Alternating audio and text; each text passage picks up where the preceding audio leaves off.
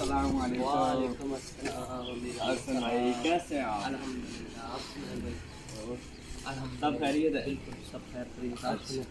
अल्हम्दुलिल्लाह ठीक ठाक। कैसे दिन गुजर रहे हैं? बिल्कुल, आप सुनाइए, आप गए हुए थे इटली, हम तो यहाँ गए, हमारे कैसे गए? समझ रहे हो? समझ रहे हो आप? समझ रहे हो ना? बस भाई इटली तो गया हुआ था, अभी आपके सामने आया हूँ। बिल्कुल। और आपको पता है तो मैरिट वगैरह भी किया। अच्छा, हाँ ग्रीन कार्ड भी सुना है आपको बन गया? हाँ अल्हम्दुलिल्लाह, ग्रीन कार्ड बहुत मिल मेहनत गया। लगी, 9 साल तकरीबन उस वक्त हम 9 छोटे साल थे, मिले। आप उस वक्त हमारे साथ थे। बस भाई फिर कोशिश करते हैं बिल्कुल, इंसान। अल्लाह। अल्लाह रहम करने वाला और अल्लाह मदद करने वाला। फिर हम आपके साथ कुछ इंटरव्यू लेते हैं जी, पब्लिक को भी बताते हैं। जी क्यों नहीं, ठीक जरूर। हो गया, मैं नहीं इंटरव्यू लूँगा, मेरे भाई इंटरव्यू। अच्छा भाई आमिर साहब, हाफिज साहब। जी। ठीक है भाई आमिर साहब। अस्सलाम वालेकुम हसन भाई, कैसे हैं आप? अल्हम्दुलिल्लाह भाई आमिर साहब, आप सुनाएं? अल्हम्दुलिल्लाह मैं तो बिल्कुल ठीक हूँ। आपके कैसे दिन गुजरे हैं इटली में? अल्हम्दुलिल्लाह बहुत बेहतरीन भाई आमिर चले साहब। आप माशाल्लाह। सुनाएं कैसे दिन गुजर रहे हैं भाई? मेरे तो आपके सामने है जो भी अच्छा, है। माशाल्लाह। तो फाइनली गाइस हसन भाई आ चुके हैं और इनका इंटरव्यू भी हो चुका है कि ये हमारे साथ क्लास फेलो थे और इटली में चले गए थे। अब हम इनसे इंटरव्यू लेते हैं क्योंकि जब मैं 7वीं क्लास में पढ़ता था उस वक्त ये इटली गए थे और अब अल्हम्दुलिल्लाह मैं 3rd ईयर में हूँ। अब ये वापस आ चुके हैं इतने अरसे के बाद। तो अब इनसे पूछते हैं कि इनके दिन कैसे गुजरे हैं, कौन सी मुश्किलात आई हैं। तो सबसे पहला हम इनसे जो क्वेश्चन है वो ये है कि इनको ये सोच कैसे आई, ख्याल कैसे आया कि हमने इटली जाना है और ये किस रास्ते पर से गए हैं। भाई आमिर साहब, आपको पता है यहाँ पे स्कूल इतना लायक नहीं था, ठीक है? तो स्कूल जाता था, मास्टर जो मेरे हैं वो बहुत मुझे डांटते थे। और मैंने एक दिन बोला अपने मास्टर को, सर को, कि सर मैंने नहीं पढ़ना और मैंने बाहर ही जाना है। बस एक दिल का जुनून और शौक़ था। अच्छा।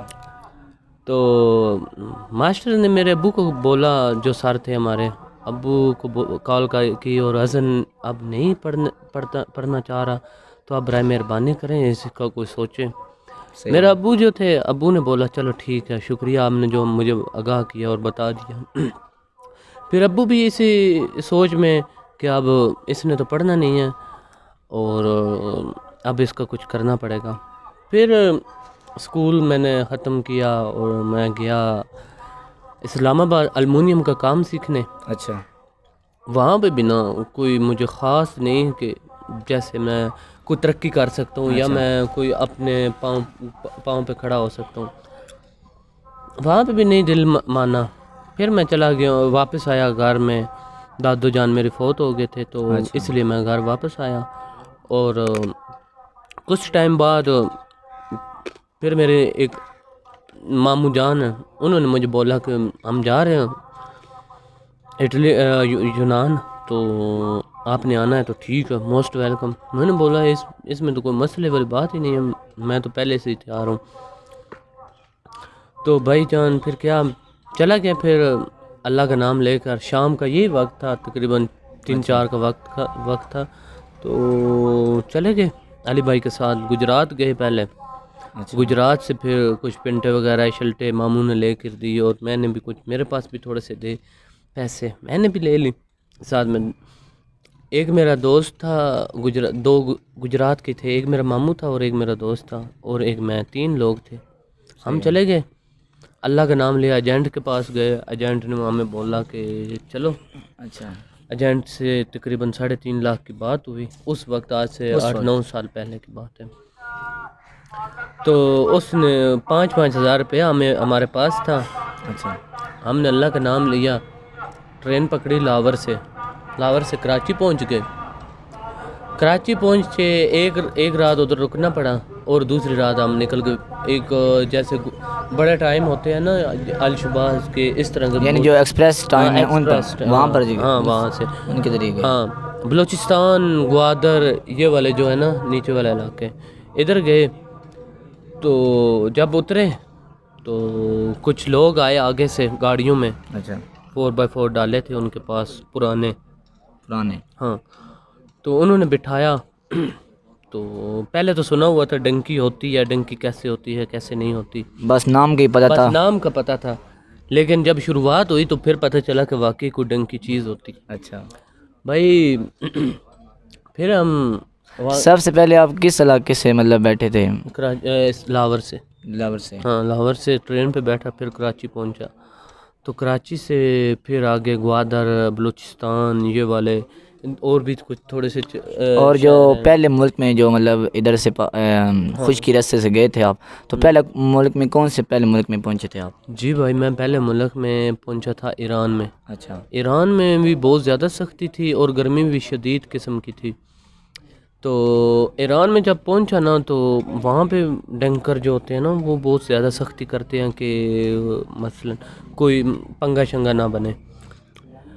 तो ऐसे में ना एक जगह पे चल रहा था ना भाई आमिर साहब, तो सामने से ना एक मुझे ना हड्डियाँ मिली। अच्छा, हड्डियाँ। हाँ, ये इंसानी जिस्म अच्छा, के ये इंसानी जिस्म के। पंजर होते हैं ना, और ये और सार पता नहीं क्या क्या चीज़ है, ये ऐसे अंगलियाँ जो है, फिंगर। अच्छा। ये तो मैं और मेरा मामू थे, वो हम तो बहुत ज़्यादा खौफज़दा हो गए, यार ये क्या हुआ।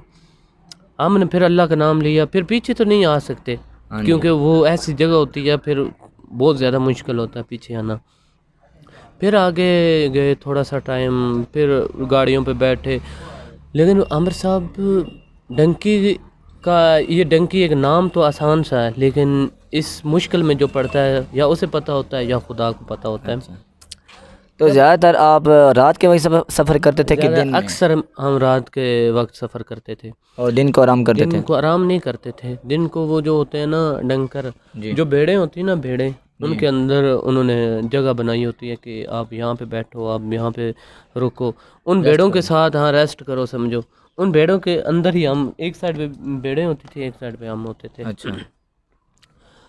तो भाई बहुत मुश्किल था ये सफ़र। और उसके बाद फिर हम एक तुर्की की पहाड़ी है माक्को। अच्छा, माक्को। हाँ, माक्को पहाड़ी बहुत मशहूर है भाई आमिर, ऐसे लगता है कि आसमान के साथ वो लगती है। 12 महीने जो है ना, उधर इतनी ज़्यादा शदीद किस्म की सर्दी होती है ना, ईरान में देखो और तुर्की में देखो। अच्छा। तो ऐसे पता चलता है इतनी ज़्यादा गर्मी। एक अल्लाह का निज़ाम ही ऐसा है कि सच में इंसान तो शुक्र अल्हम्दुलिल्लाह करे कि वो ना, जो बंदा है ना हम ईरान के इस जगह पे पहाड़ी के बिल्कुल नज़दीक पहुँचे ना, तो इतनी शदीद किस्म की सर्दी थी ना कि हम सोच भी नहीं सकते थे। थोड़ा सा ईरान के अंदर तेहरान, ईरान का शहर एक तेहरान है, वहाँ हम थे, तो इतनी शदीद किस्म की गर्मी थी कि हमने एक सिर्फ टी शर्ट पहनी हुई थी। तो फिर भाई वहाँ पे माक्को पहाड़ी पे पहुँचे, तो वहाँ पे फ़ौज थी, तुर्की का बॉर्डर था वहाँ पे। आप लोग डर गए? बहुत ज़्यादा भाई, पहले से ही बहुत ज़्यादा डरे हुए थे। ये जो एजेंट होते हैं, ये बहुत ज़्यादा बंदों को मारते हैं जब डंकी में, बहुत ज़्यादा। लेकिन अब सारा एक्सप्लेन तो नहीं ना कर सकता, लेकिन थोड़ा थोड़ा जो जल्दी में आपका इंटरव्यू हो जाए। तो जब माक्को पहाड़ी पे पहुंचे, तो फ़ौज थी ईरान की, उन्होंने हमें बहुत ज़्यादा ना ऐसे फायरिंग की। एक दफ़ा उन्होंने वार्निंग दी, दूसरी दफ़ा, तीसरी दफ़ा जब उन्होंने देखा ये पीछे नहीं जा रहे, वो आए और उन्होंने हमें बहुत ज़्यादा ना, जिसे कहते हैं ना कि तशद्दुद किया। हमारी ऐसे ना आंखों में और ये कानों में खून ही खून था। अच्छा। वो हम जानते हैं, ये हमारा खुदा जानता है। तो फिर हम कुछ टाइम, तकरीबन 2-3 दिन उधर माक्को पहाड़ी पे रुके। ये टाइम तो काफ़ी लग जाता है, ये मैं वैसे आपको बता रहा हूँ कि इतनी शॉर्ट, बिल्कुल शॉर्ट जिसे कहते हैं।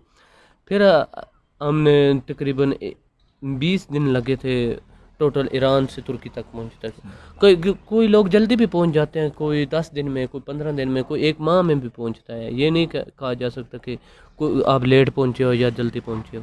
तो गाइस, ये था पहला पार्ट, क्योंकि बहुत लंबी वीडियो है, 17 मिनट की तकरीबन है, तो इसलिए मैंने पहला पार्ट 9 मिनट का दिया, क्योंकि आप बोर ना हो जाएं, क्योंकि बहुत लंबी वीडियो थी।